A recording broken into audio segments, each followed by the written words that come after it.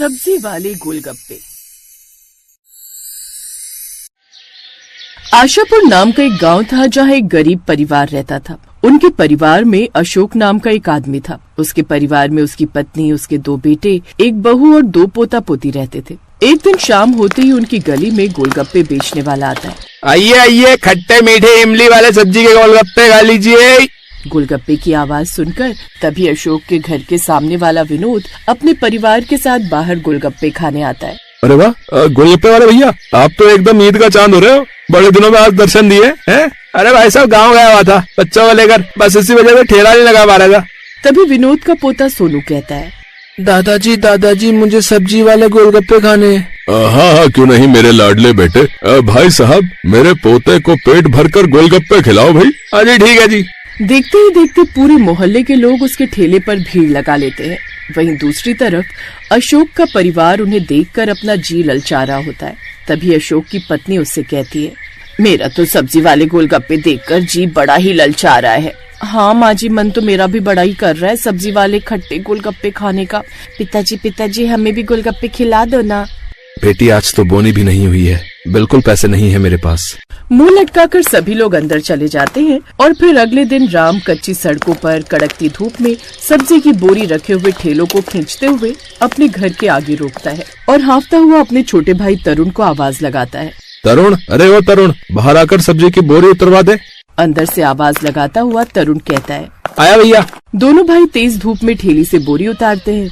माँ, सब्जी की बोरी खोलकर सारी सब्जियों को हवा में फैला दो। गर्मी बहुत पड़ रही है, डर है कि खराब न हो जाए। गर्मी के कारण आज सुबह तड़के सब्जी बेचने गए थे, फिर भी आते हुए इतना समय हो गया।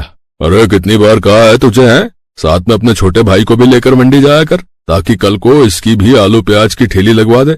अब एक की कमाई से घर नहीं चलता है, खाने वाले 10 लोग और कमाने वाला एक आदमी है। आखिर कितना करोगे तुम? नहीं पिताजी, अभी तरुण छोटा है, मैं अभी इसको इस काम में नहीं डाल सकता हूँ। अशोक की गरीबी का सबसे बड़ा कारण यही था। परिवार में खाने वाले 10 और कमाने वाला 1, जिसके चलते घर कभी आगे नहीं बढ़ सका। राम की हालत भी इसीलिए खराब रहती थी क्योंकि वो जो भी पैसे कमाता था उनसे अपने परिवार का गुजारा चलाता था। दोपहर के समय राम खाना खाता है, जहाँ उसकी पत्नी कोमल उसके आगे प्याज की भुजी और साथ में 2 रोटी रख देती है। ये क्या, आज फिर तुमने प्याज की भुजिया बना दी? मेरी तो रोज रोज इसे खाने से भूख ही मर गई है। सारे दिन धूप में धक्के खाकर सब्जी बेचो और एक टाइम ठीक से खाना भी नसीब नहीं होता है। राम तो बेकार में ही बहू पर गुस्सा कर रहा है। घर में जो रखा है वही तो बनाएगी बेचारी।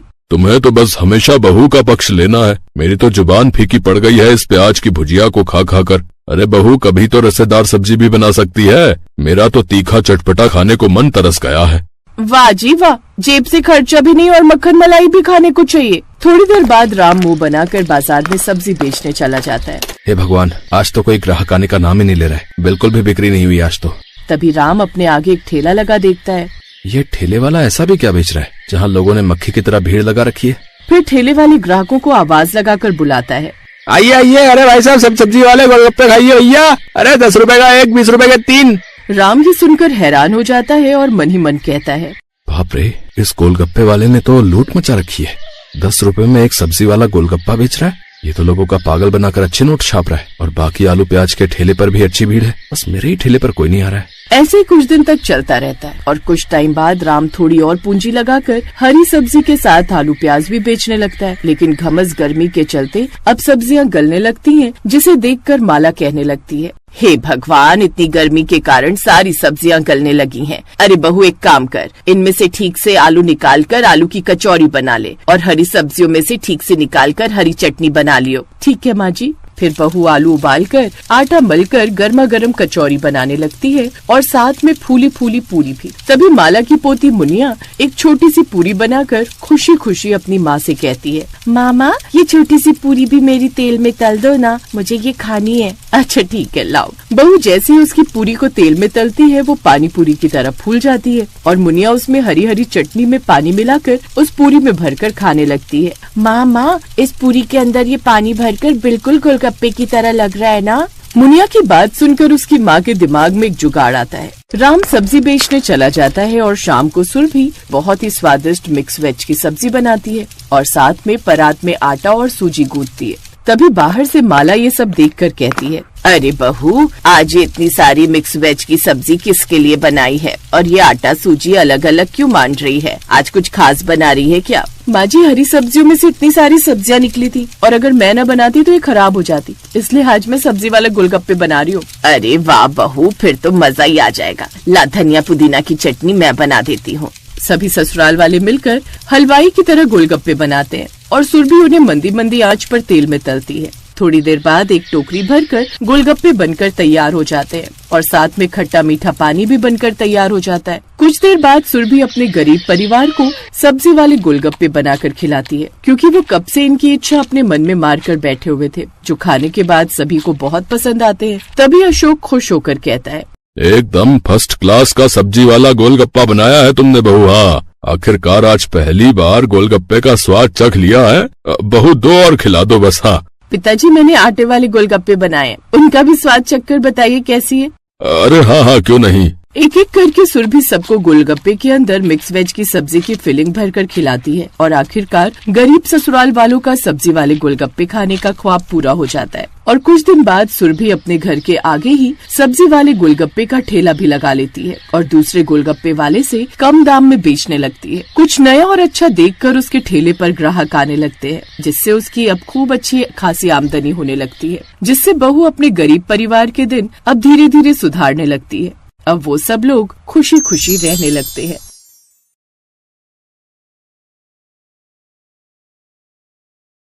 गोमती ने देखा कि सुबह के 5 बज गए हैं। वो जल्दी जल्दी उठी और मंडी जाने के लिए तैयार हो गई। उठ गई गोमती? हाँ, और सुनो, मैं सब्जी लेने मंडी जा रही हूँ। तुम ब्रेड और दूध बंटी को बोल देना, ले आएगा। चाय ब्रेड खाकर ही दवाई लेना। हाँ हाँ, ले लूंगा, तू भी ध्यान से जाना। गोमती का पति किशन बीमार रहता था, इसलिए घर का खर्च चलाने के लिए गोमती सब्जियां बेचने लगी। गोमती सुबह सुबह की ताजी सब्जी खरीदने के लिए बड़ी मंडी जाने लगी। गोमती ताजी सब्जियां खरीद कर लाती और बाजार में ताजी सब्जी का ठेला लगाती। सभी ग्राहक जानते थे कि गोमती बड़ी मंडी से ताजी सब्जियां लाती है, इसलिए सुबह सुबह गोमती के ठेले पर सब्जी खरीदने के लिए ग्राहकों की भीड़ लग जाती थी।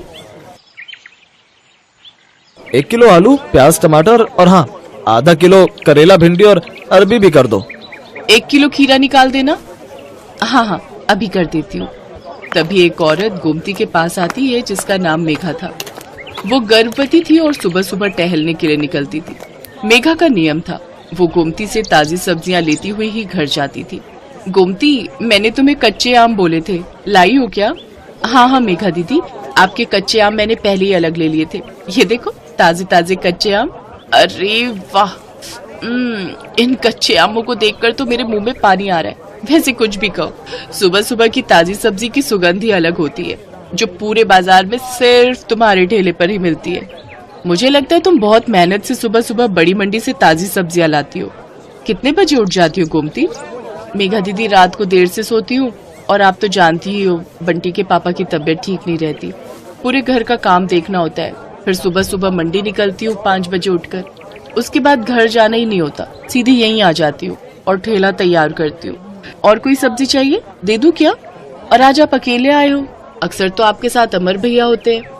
हाँ, अमर को कुछ दिनों के लिए ऑफिस के काम से बाहर जाना पड़ा, आ जाएंगे बोल रहे हैं।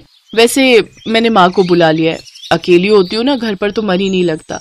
एक काम करो, मैं तुम्हें सब्जियां बता देती हूँ, क्या तुम रोजाना मेरे घर पर ताजी सब्जियां दे जा सकती हो? अब चला नहीं जाता, पूरा टाइम है ना इसलिए। हाँ हाँ, आप चिंता मत करो मेघा दीदी, मैं रोजाना सुबह सुबह की ताजी सब्जी आपके घर पहुंचा दिया करूंगी। इस हालत में आप अपना ख्याल रखो और किसी भी चीज की जरूरत हो तो मुझे वो भी कह देना, मैं ला दिया करूंगी। मैं तो बड़ी मंडी जाती ही रहती हूँ। बहुत बहुत धन्यवाद गोमती, नहीं तो आजकल इतना कौन करता है। ठीक है, अब मैं चलती हूँ, ये मेरा फोन नंबर है, मैं तुम्हें सब्जियां बता दिया करूंगी, तुम पहुंचा दिया करना। ठीक है दीदी, इसमें अपना नंबर आप खुद ही डाल दो, मुझे डालना नहीं आता। हाँ हाँ, लाओ। मेघा अपना नंबर गोमती के फोन में सेव कर देती है और उसका नंबर भी अपने फोन में ले लेती है। मेघा गोमती को फोन पर बता देती थी कि उसे सब्जी में क्या चाहिए। हेलो, हाँ मेघा दीदी, ठीक है, मैं अभी ठेले पर पहुंचूंगी ना तो पहले आपकी सब्जियां ही अलग करके दे जाऊंगी, उसके बाद ठेला लगा लूंगी। ठीक है गोमती। तुम्हारी ये सब्जी वाली बहुत अच्छी है, बेचारी रोजाना सुबह सबसे पहले तुम्हारी ही सब्जियां अलग करके दे जाती है। इसकी दी हुई भिंडी मैंने कल काटी थी, एक भिंडी खराब नहीं निकली, सब ताजी कच्ची कच्ची भिंडी थी। हाँ माँ, बहुत अच्छी है गोमती, पर बेचारी का पति बीमार रहता है, 3 छोटे छोटे बच्चे हैं, अकेले ही सब्जी बेचकर घर का गुजारा कर रही है। गोमती सच में बहुत अच्छे स्वभाव की थी, ये बात मेघा और उसकी मम्मी जानते थे। एक दिन बहुत तेज बारिश हो रही थी, सड़कें पानी से भर गई थी, निकलने का भी कोई रास्ता नहीं था। गोमती सब्जियां तो ले आई थी पर ठेले पर नहीं लगा रही थी। आज तो बारिश ने परेशान कर दिया, सोच रही हूँ ठेला रुक कर लगाऊं, सड़कों पर पानी भरा हुआ है, कोई सब्जी लेने नहीं आएगा, थोड़ी देर बाद ही लगाऊंगी। अभी सारी सब्जी की बोरियां यहीं साइड में रख देती हूँ। एक काम करती हूँ, मेघा दीदी ने कल कच्चे आम बोले थे और बाकी सब्जियां भी तब तक उन्हें दे आती हूँ। आज उनका फोन भी नहीं आया, उन्हें लगा होगा कि मैंने बारिश के चलते सब्जी नहीं लगाई होगी। बारिश का पानी भी थोड़ा उतर जाएगा, बोरियां यहीं ठेले पर बांध जाती हूँ। गोमती ने सब्जी की बोरियां ठेले पर बांध दी और ठेले को जंजीर से बांधकर वो सब्जियां देने के लिए मेघा के घर चली जाती है। पर वो देखती है कि मेघा की तबीयत बहुत खराब है और जिस डॉक्टर से उसका इलाज चल रहा है वो उसका फोन नहीं उठा रही है। अस्पताल में भी कोई फोन नहीं उठा रहा, जिस वजह से मेघा और उसकी मम्मी बहुत परेशान हो रहे थे। मम्मी, कोई भी फोन नहीं उठा रहा, मेरा दर्द बढ़ता जा रहा है, मुझे लग रहा है मेरा लेबर पेन स्टार्ट हो गया है। मुझे भी यही लग रहा है कि तुम्हारे बच्चे का दर्द शुरू हो गया है। एक तो बारिश में कोई कैब भी बुक नहीं हो रही। आंटी जी, आप चिंता मत करो, यहाँ थोड़ी दूरी पर ही मेरी जान पहचान वाले एक ऑटो वाले भैया रहते हैं, मैं अभी उन्हें लेकर आती हूँ। मुझे लगता है आज बारिश की वजह से वो काम पर नहीं गए होंगे। गोमती उस ऑटो वाले के घर जाती है जिसे वो जानती थी।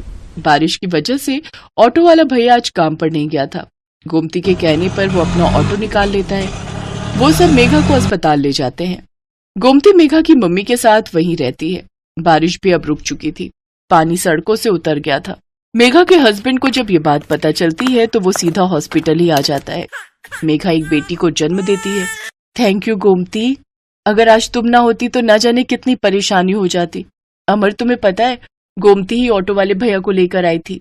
थैंक यू गोमती, तुमने आज हमारी बहुत मदद की है। इसमें थैंक यू की कोई बात नहीं है भैया, ये तो मेरा सौभाग्य है कि मैं मेघा दीदी की मदद कर सकी और मैं बहुत खुश हूँ कि मेघा दीदी ने इतनी प्यारी सी गुड़िया को जन्म दिया है। अब तो मैं मिठाई खाऊंगी। गोमती को ध्यान ही नहीं रहा, वो अपना ठेला और सब्जियां सुबह से छोड़कर आई हुई थी। सब सब्जी वाले बारिश की वजह से वहां से जा चुके थे। गोमती देखती है उसका ठेला और सब्जियां कोई चोरी करके ले गया। गोमती बहुत रोती है। ये बात जब मेघा और अमर को पता चलती है तो वो गोमती की मदद करते हैं। गोमती, हमारी अपनी दुकान कब से खाली पड़ी थी, अब तुम हमारी दुकान को अपनी सब्जी की दुकान बना लो। अब से तुम दुकान पर बैठकर सब्जी बेचा करो और टेंशन मत लो, हम तुमसे दुकान का कोई किराया नहीं लेंगे, तुम आराम से अपनी सब्जी की दुकान चलाओ। गोमती की आंखों में खुशी के आंसू आ जाते हैं। कुछ समय बाद गोमती का पति किशन भी ठीक हो जाता है। अब वो दोनों मिलकर मेहनत से सब्जी की दुकान चलाने लगे। दुकान बनने की वजह से गोमती के पास और भी ग्राहक बढ़ गए। सब जानते थे कि अगर सुबह सुबह की ताजी सब्जी कहीं मिल सकती है तो सिर्फ गोमती सब्जी वाली की दुकान पर। Best buddies. Hello friends, thanks for watching this video. अगर आपको ये वीडियो पसंद आया है तो प्लीज लाइक, सब्सक्राइब, कमेंट्स करें इस वीडियो पर और हाँ, शेयर करना भी ना भूलें। और भी मजेदार वीडियो देखने के लिए नीचे दिए गए बेल आइकॉन को दबाएं। देखते रहिए बेस्ट बडीज।